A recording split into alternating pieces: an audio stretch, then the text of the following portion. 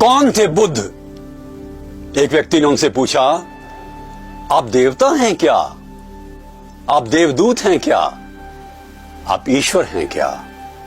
बुद्ध ने कहा, I am awakened, मैं जागृत हूं। बुद्ध के बारे में प्रसिद्ध विद्वान H.G. वेल्स ने कहा है कि ये ईश्वर में विश्वास नहीं करते थे, पर स्वयं ईश्वर जैसे थे। सो गॉडलेस, सो गॉड लाइक। अजात शत्रु जब मिलने के लिए उनके पास गया तो उसे अपने मंत्री से कहा, क्या है उसके पास? मंत्री ने कहा, उनके पास कोई भौतिक चीज नहीं है, पर सब कुछ है। He has everything। 10,000 सन्यासी बैठे हुए हैं, अजात शत्रु को बताया गया। वो जंगल में गया, देखा कोई आवाज नहीं है, कोई षड्यंत्र तो नहीं है कहीं। उसे नंगी तलवार हाथ में ले ली, पर जाकर देखा कि 10,000 बौद्ध भिक्षु शांति से बैठे हुए हैं और बुद्ध भी। चमत्कृत हो गया। बुद्ध आंतरिक शांति और बाह्य शांति दोनों पर बल देते थे। अपने आप से प्रेम करने की बात वो कहते थे, हर एक से प्रेम करने की बात कहते थे।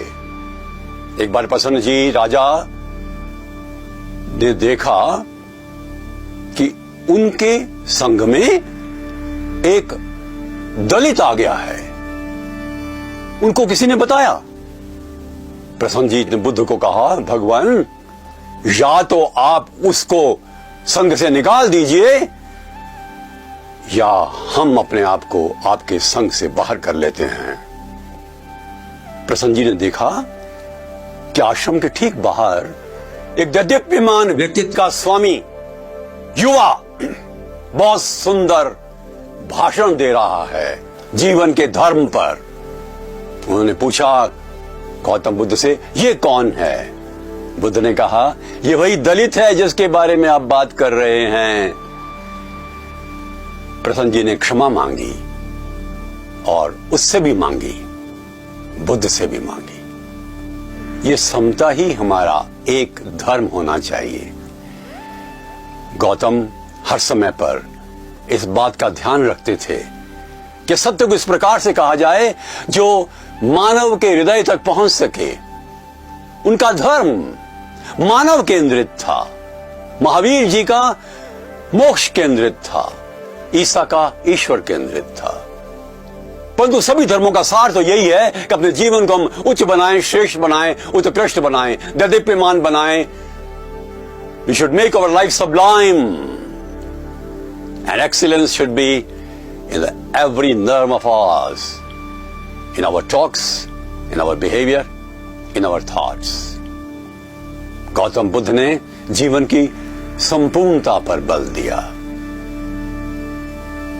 उनके एक शिष्य थे सबसे अधिक उत्तम, उनका नाम आनंद था। छाया की तरह चलता था उनके साथ। आज बुद्ध का अंतिम दिन था। रोने लगा आनंद। कौन ज्ञान देगा मुझे? कौन मार्ग दिखाएगा? कौन कहेगा अनुचित क्या है और उचित क्या है? बुद्ध ने कहा, आनंद, मेरा कोई गुरु नहीं था, तुम्हें भी किसी गुरु की आवश्यकता नहीं। अप दीपो भाव, अपने दीपक स्वयं बनो। Be your own light, your mentor, your teacher, your father, your guide. और दूसरे दिन ही बुद्ध के जाने के बाद आनंद ने ज्ञान प्राप्त किया, वो बुद्धत्व को प्राप्त हुआ। वास्तव में बुद्ध के बार बार कहते हैं कि सत्य की खोज तुम स्वयं करो। जब उनसे लोग पूछते थे ईश्वर है, और यदि कोई व्यक्ति आत्मविश्वास से कहता है ईश्वर है, तो बुद्ध कहते नहीं है। कोई कहता है ईश्वर नहीं है, कहते बुद्ध कहते थे है। बुद्ध कहते थे स्वयं इस प्रश्न का उत्तर ढूंढो।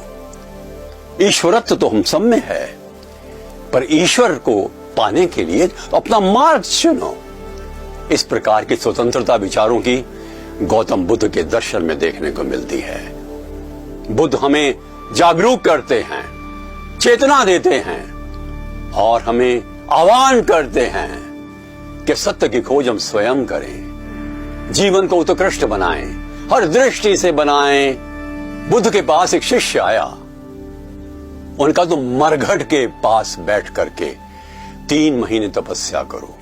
मरघट के पास, उनका तो मृत्यु को समझ लोगे तो जीवन को भी और अधिक अच्छा समझोगे। मृत्यु से भयभीत नहीं होना जीवन का अंग है।